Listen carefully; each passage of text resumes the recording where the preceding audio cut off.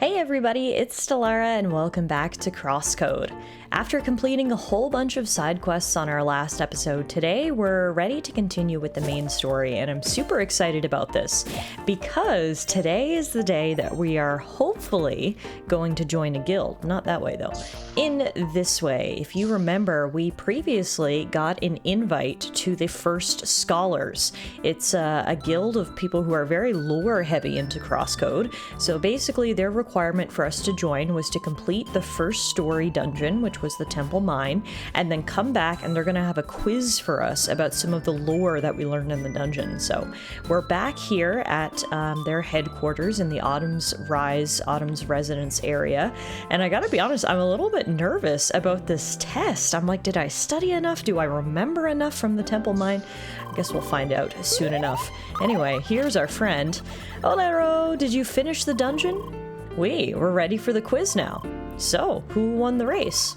I was victorious once again. Don't worry, Leah. There are still several dungeons left. Right, and I'll win all of them. Oh, this rivalry right there. Scary.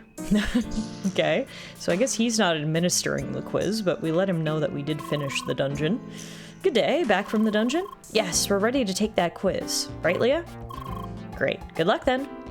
Okay, he's not administering the quiz either. Guess it was one of the people downstairs that we passed. Perhaps you? Ah, yes. Hello, my dear. So, how about it? Did you complete the Temple Mine? We did indeed. Wonderful. So, are you ready to take the quiz? Yes, I'm ready. How about you, Leah? I'm nervous, but yeah, let's do it. I really want to join a guild. Everyone we've met in the First Scholars seems so nice, and it's just an essential part of any MMO experience to join a guild, right? So let's do this. Take quiz. Very well. We'll hold the quiz over there in the seminar room. And of course, both of you will be tested separately. Who wants to go first? Oh, I'm fine with going first. Is that okay, Leah? Sure. Alrighty, I'll get the others. We just have to wait out here. Oh, in the meantime, our friend Sergi is chatting with us. Hey, Leah. Good to kill time. I see that you're about to take that quiz to join this guild, right? So, I was thinking, would it not be challenging to answer the questions with your current vocabulary? That's a really good point, Sergi. I can only say, 3 words? At this point in time, so how am I gonna go about answering a quiz? So, you forgot about that, Look, it's okay, Leah. They would have found out about your speech malfunction sooner or later anyway.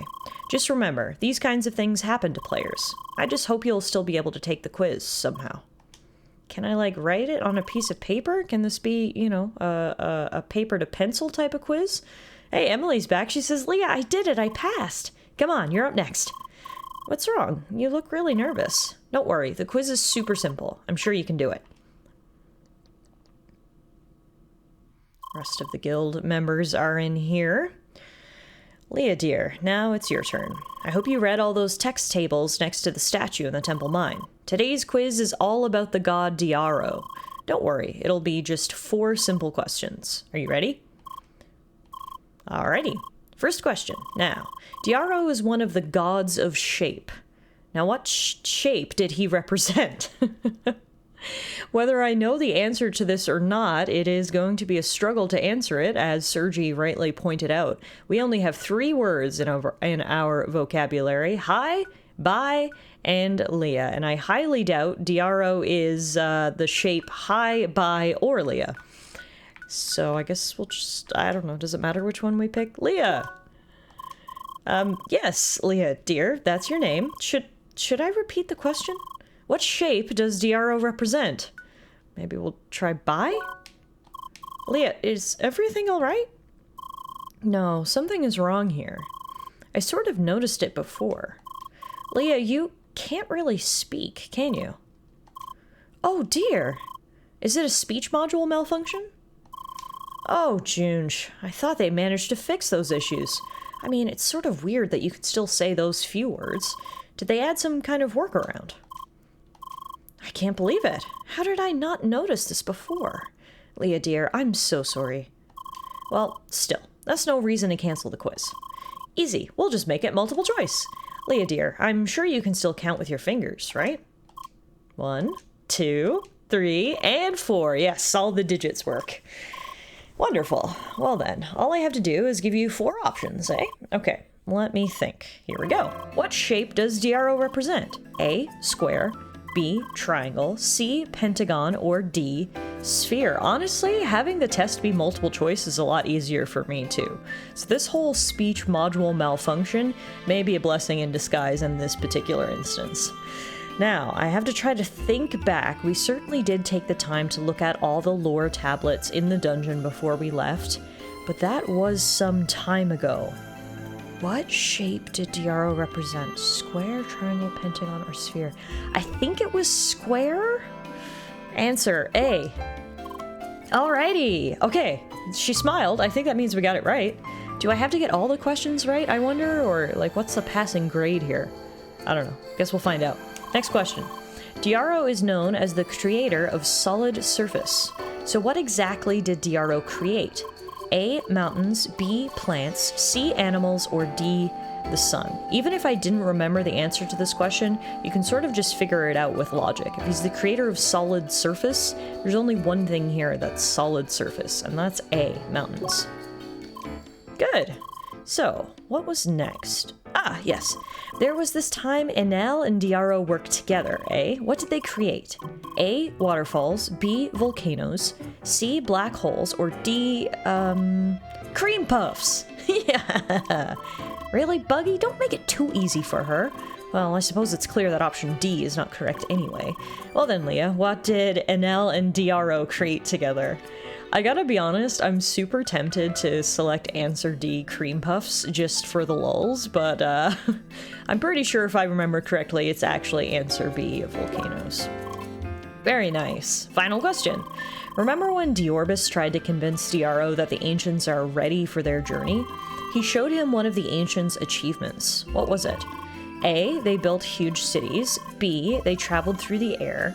C, they reached the highest mountain, or D, they tamed the wildest animals. Again, you can sort of figure this one out with logic. DRO is into solid surfaces and mountains and volcanoes, so I'm pretty sure, and hopefully I'm not gonna watch this back and be like, wow, I was stupid confident for no reason. Hopefully I'm actually getting the right answers here, but I believe it's C, they reached the highest mountain. Wonderful.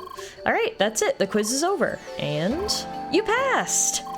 Congrats! Congratulations. Not bad.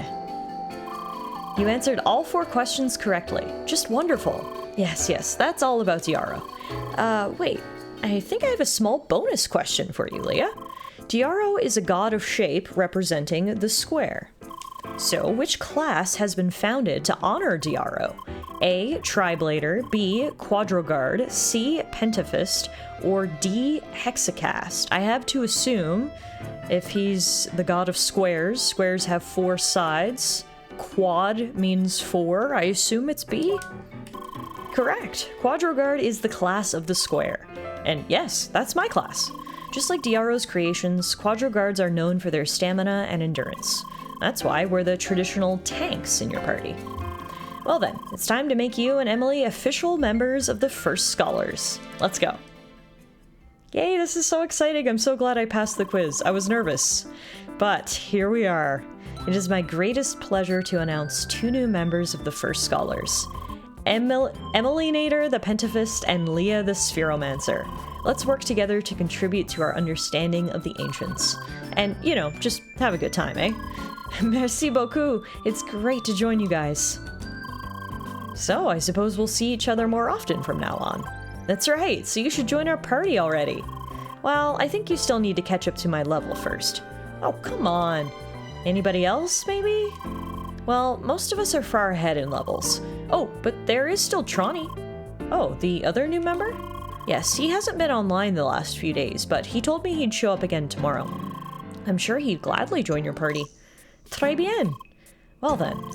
Pardon everyone, I really have to log off now. You know, we just rushed the whole temple mine and did that quiz in one session. I'm currently seeing the sun rising. I really should try to get some sleep. Ah, yes, real life is calling. Well then, good night, Emily, and I hope to see you again soon. Of course, au revoir, everyone. And Leah, don't forget about the next dungeon. You know how it goes, no starting without me. Bye! Bye-bye! Emily's logged out. Leah, dear, do you plan to log out as well? Yes, we should. Alrighty, I'm sorry about your speech module issue, dear, but I want you to know, this doesn't really matter to us. You're a member of the First Scholars, so you're always welcome. And if you have any problems whatsoever, we're here to help. That's right, I'm sure things will work out just fine. Everybody is so kind. I'm genuinely so excited to be a part of this guild. Bye, everyone. Bye. Goodbye, dear. Ciao. I am honestly relieved. You're lucky to have found such a nice guild. Well then, I'll log you out now. Good night, Leah. Bye. Did Leah just talk to somebody? I'm still very, very interested to know what's going on in the real world with my real body. It seems like I can't even log out myself, and every time I do log out, we don't get a glimpse of my real life or my real body. We're instead just inundated with these memories. Some of them familiar and some of them not so much. We have a lot of unanswered questions. Penguins on mountains, I'm not kidding. I know, they had plenty of strange ideas. Apparently that's what people like these days. Haha, yes. I know, it can be a tad lonely, but it's a small price to pay. After all, we're about to revolutionize the entire field. I'm just glad we found somebody who embraces the potential. Huh. What is all that about? It seemed like maybe those were devs or programmers? Regardless, we have officially completed Chapter 4, and we are now logged back into the game. Our familiar friend Sergi is here, saying good morning, Leah. Doing fine? So, I was wondering, do you see anything when you're offline? You know, like dreams. Ah, did you see anything new that did not happen recently? Great, that means your memory really is returning. So, is there anything yet that you clearly remember? Okay, I'm sure it will take some time. But it's good to know we're making progress. Oh, by the way, I managed to add a couple new words. Alright, time for word count plus. New word embedded. Why? New word embedded? How? Okay, those are very convenient words. Those should definitely come in handy. How? Why? Hi. Haha, so yes, I'm working on adding all those question words. Why? Well, because you ask basic questions that way, correct? Why? Because you need question words to ask questions. Why? I regret adding this word already. Anyway, your next destination is Maroon Valley. You get there by going west from Bergen. Unfortunately, it seems that Emily is offline at the moment. I'm sure she'll show up sooner or later. I suppose Emily can't be with us all the time. Alrighty, so we logged in right at the guild HQ where we logged out of, but it doesn't appear any of the members are online right now, or at the very least they're not at the guild HQ, because I don't see anybody around, so we'll head on out. And now we need to head west from Bergen Village, apparently, so we can make that simple by fast traveling. We're currently in Autumn's Rise, but if we go all the way up here to Bergen Village, we can fast travel to Ye Olde Inn, and then we can head west. I actually think I remember trying to head west previously and being blocked, so we should be able to access it now. Before we do, though, we get a direct link request. Oh, who are you? Hi. Hi? Hello. Sorry, I just went blank there for a second. I'm Citron, the other member of the First Scholars. Lynn just gave me your contact and told me to say hello, so nice to meet you.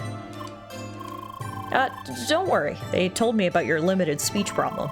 But yes, we seem to be about the same level, so I could join your party, right? Anyway, I'm still busy today, but if you don't mind, I'd gladly join tomorrow. Would that be okay? Okie dokie. Well then, see you tomorrow, Leah. Bye! Oh, so it looks like you might soon have a party of 3. Very nice.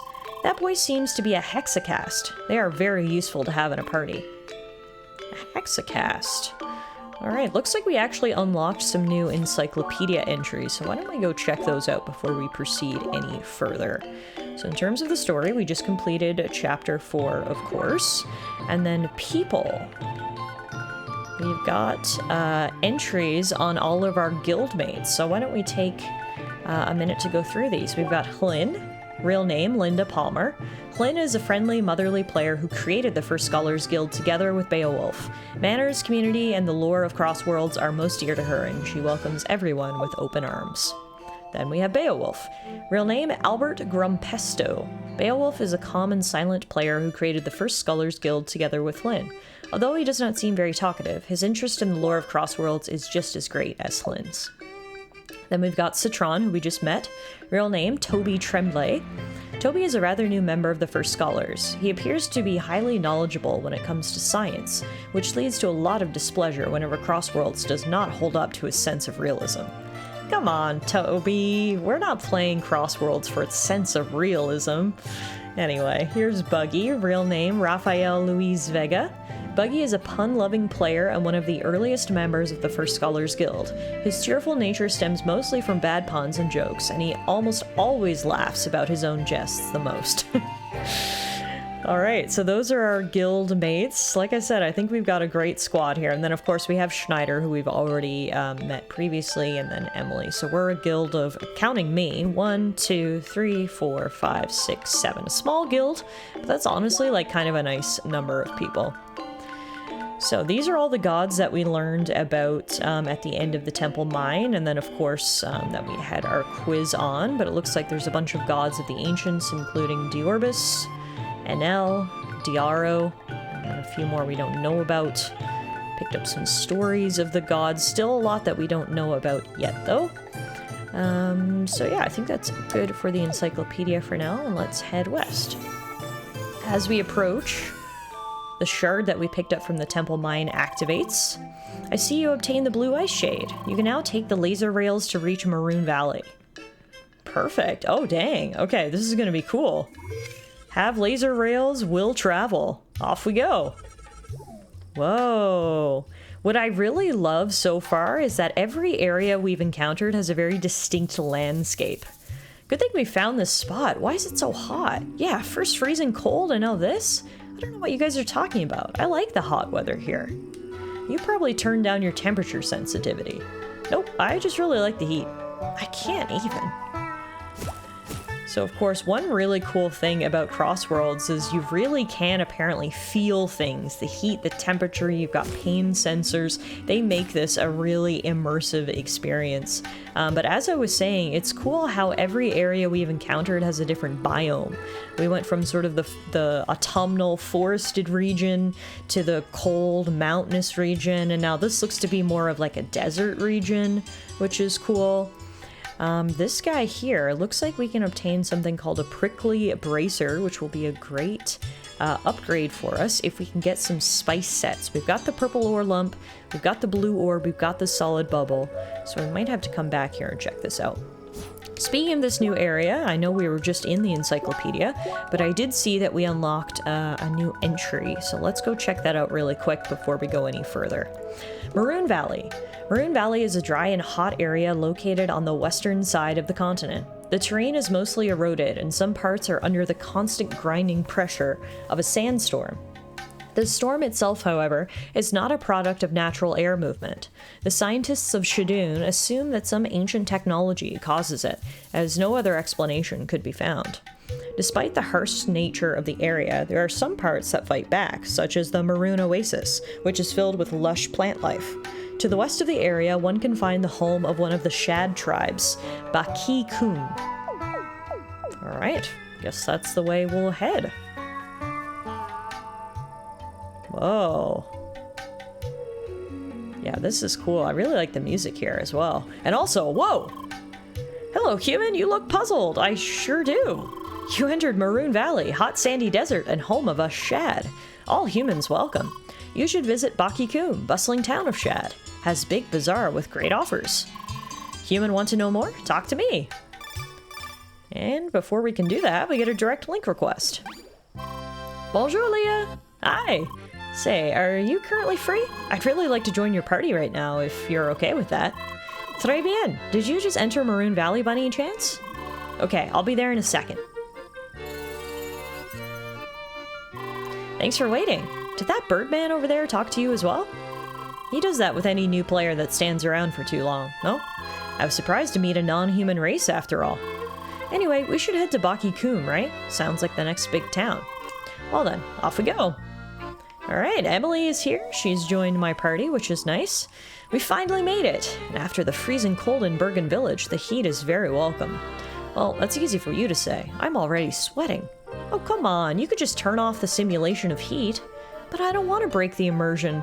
But this is just too hot. I might have to. Alright, so yeah, it was very interesting to be met with a non-human race. Now, Emily described him as a bird man. I would have described him as more of a lizard man, but anyway, regardless, non-human, very cool looking, and willing to tell us more about Baki Kum. Human, just follow this way to west. You shortly need to turn south, then go west again, and follow way below arcs of rock. You then need to turn north to reach Deep Abyss. Use rocks to jump over it. Afterwards, you need to turn west again, and you will reach Great Scar. Amazing view to Hourglass Building. Human, continue west, and we'll soon reach Baki Kum. I maybe should have wrote some of that down. Human, look confused. No problem, just follow signposts. They will point way to Baki Kum. Alright, that's probably better. Yeah, there's a bunch of people here who are traders as well. We don't have anything we can trade currently, but we certainly should keep that in mind as we explore this area and collect materials. Maybe we'll come back and do a little bit of trading. Oh, what I probably shouldn't do is jump into that big abyss. Oh, hey, stranger. Hi. Your first time here? Yeah, me too. I'm pretty glad that we get a breather after the temple mine. But I can already see new enemies beyond this ravine. I just hope they act as cute as they look. Excuse me? You think that thing looks cute? I mean, I guess its eyes and little mouth look cute. Everything else looks very deadly. I think our definitions of cute might differ a little bit, but, alright. Whoa! That was cool. I guess we'll get right into it. Start fighting these scorpion lobster things. Okay, one down. I'm sure many, many more to go. Collect items as we go by destroying all these little bushes, of course. Now let's keep heading west. Man, we played so long yesterday, no? I barely got any sleep last night. Or rather, today. Again, you get so caught up in the game world that you forget that, well, I don't know if Leah has much of a life outside the game, but you'd have to imagine that others do, and they need, you know, sleep and food and other human amenities, so I feel bad that we kept Emily on all day yesterday, but clearly that didn't faze her because she joined us real quick again today, so hopefully we'll get to know some more about, like, our friends and fellow players in the outside world. I'd be super interested to know, like, where does Emily live? It seems like perhaps France or some other French-speaking country. You know, how old is she? What does she do? Is she a student? Does she work? Is she a full-time CrossWorlds player? I'd love to learn more about her on a personal level, but regardless, today we're gonna lock in because we just got to level 23.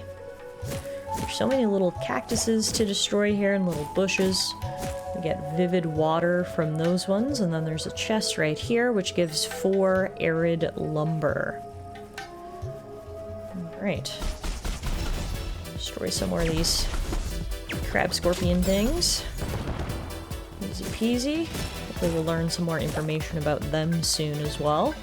And now I would be lying if I said I remembered any of the instructions that we were given on how to reach the village. It seems most people are heading south.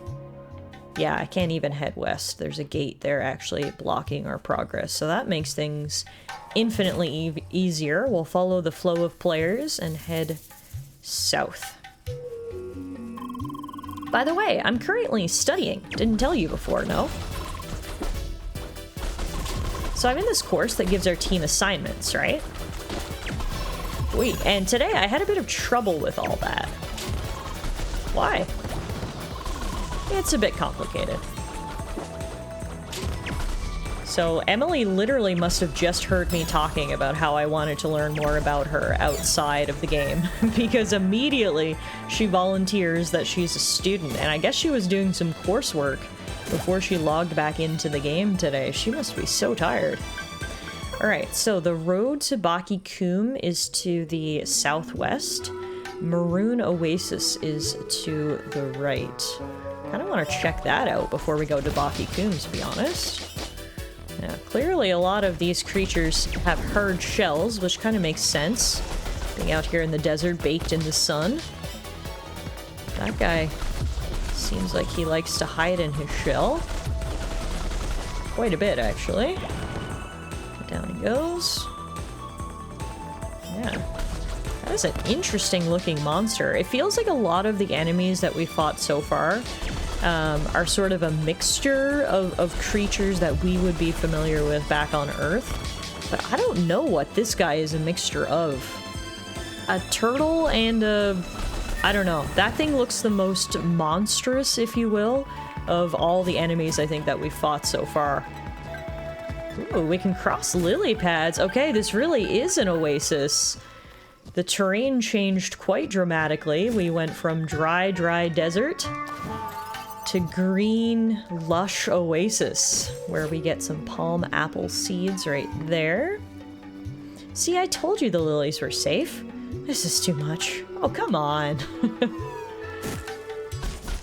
Alright, this is cool. I'm definitely glad I came over here. We've already got a chest. We get to break open some cacti. Ah, that gets a bridge. Ooh, and then we've got another new monster. That's some sort of, like, moth thing? Oh, it also has fire. We finally got birds in CrossWorlds. Stray bien.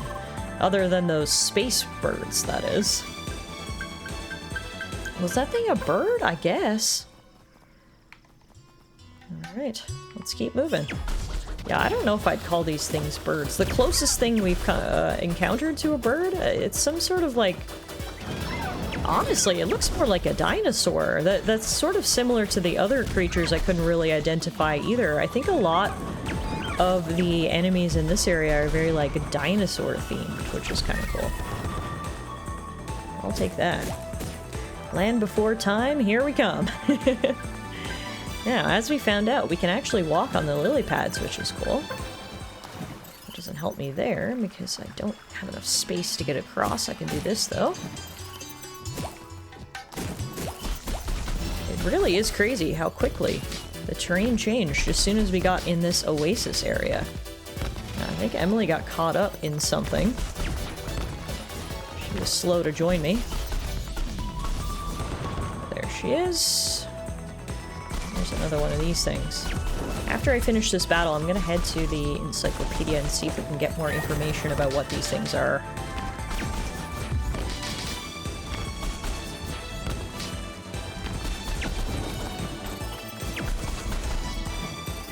Knocking them into the water. Yeah, we're on a roll. Yep, we're kicking butt. Such a nice tree. Really sticks out.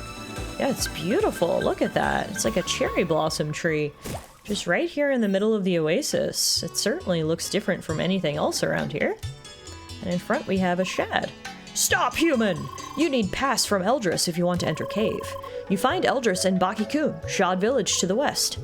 Okay, guess we're not going any closer, but it certainly is a beautiful tree. Now, let's take a look in our encyclopedia. Or monster fibula, if you will. Let's see if we can find these enemies we've been fighting. Okay, so this one is called a Pinceron. We need to defeat more before we can get more information. Yeah, we haven't defeated enough to get any more information, but we know their names at least. The Pinceron, the Driller Toys, and the Volturbine. It's kind of reminding me of Pokemon names there. But alright, I think that's all the information we're going to get for right now until we beat some more. For now, we'll continue just making our way towards the village. Hopefully we'll be able to pick up some quests or something on the way. If this area is anything like the other areas we've explored, I'm sure we'll find some quest givers at some point. But for now, we'll rock and roll right through the oasis back into the desert and head closer to the village. So as we moved away from the oasis and continued on the path to Bakikun, things got a lot more arid and desert-like. Along the way, Emily was telling us about what happened with her fellow students. Apparently she missed a group meeting for a group project that they were working on, and because she had been playing CrossWorlds, and they all sort of demeaned her for playing video games and not focusing on her studies, so that's why she's in a bit of a sour mood today. She's been sort of ranting to me as we've been working our way through the desert here, and hey, there's nothing like a good rant, huh? But wow, speaking of a good rant, you know what else is good? Just clearing your mind, taking a deep breath, and looking at this fantastic view. Is that the city that we're moving towards? That is absolutely beautiful. Wow, this game is just absolutely gorgeous in terms of its visuals. It's presented obviously in a pixel art format, but that does not diminish the beauty of these visuals. Look at this. Mon Dieu, what a view. That must be Pharaoh Temple, no? Oh, that's going to be our next main quest dungeon, I think. Interesting. Well, to be honest, I may have overdone it yesterday, but it was so much fun, no? Sometimes makes you wish you could just stay in this world. Ah, no, dangerous thinking. Leah, let's not neglect real life like this. D'accord? I'm sure it won't end well. Leah, is something the matter? I know, I tend to talk too much, but, you know, if something's bothering you, you can just tell me about it. Just like I did, you see? I feel much better already just by speaking with you. Well, I won't pressure you, but know I'm here to listen, okay? That's what friends are for, right? Okay, I got my fill of this view. Let's go on. It would probably be a little easier to talk about my problems if, you know, I had more than 5 words at my disposal, but alas. Conversation is a little difficult for me right now, Emily, but I do appreciate the offer, and I mostly appreciate that she called us friends. Aw, I've obviously already considered Emily my friend, but it's nice to hear back from her that she feels the same. And now, let's defeat these monsters, and before we head even further west, I see a shad just sitting up there. I want to speak with them before we go. I gotta get rid of these monsters first. There we go. Want to reach Hourglass Building, human? Easy. Go look for statue in home village, Bakikun. Village very close. Human just need to go west. Okay. Looks like we're almost there. That's nice. Feels like we've been in this desert forever. It's been fun, though. I always love getting to a new area because it means so much to explore, new enemies to fight, new treasures to find, new areas to unlock. Just new. So much fun. So I've been really taking my time moving through this desert area here. But at the same time, it will be nice to finally get to our objective once we get rid of these guys. Speaking of, I fought enough monsters at this point that we should probably check my monster encyclopedia again, because we can probably learn more about them. Let's finish up this battle, and then we'll do just that. You'll probably see we've moved into the next tier of monsters. These guys are a different color, and they're certainly stronger than their orange counterparts. Alright. Let's take a look. Records. Monster Fibula. Alright, here's the Pinceron. It is a scorpion. This creepy-looking guy is the most common inhabitant of Maroon Valley. It usually poses no threat unless provoked and stays together with others of its kind. They can use their big pincers to quickly attack. The big stinger apparently has some magical properties, which allows it to follow you underground and attack from below. Nature is scary. Then this is the boss pincer, which is just pincer, but bigger, scarier, and with an eye patch. And we've got the Sharkster, which we haven't defeated enough of yet. Driller Toys, I still need one more of those. We found something called a Tim, which is disgusting. We have fought enough Volturbines to learn about them. They are considered flaming birds. This bird is often described as the phoenix of Maroon Valley. Until provoked, they will usually just fly around and only prey on deceased animals. If you, however, choose to attack them, get ready for all their flaming wrath. They can use their jet turbines to boost into a flaming dive attack. If you time your guard, you can counter and leave them open for big damage. Oh, okay. That's good to know. I'll try that out the next time we fight one of those. So there you go. We learned a little bit more about the native inhabitants of this region. And it looks like we finally come across the west entrance of the village. And over here, things are looking a bit more green, a bit more nice and lush and full of life.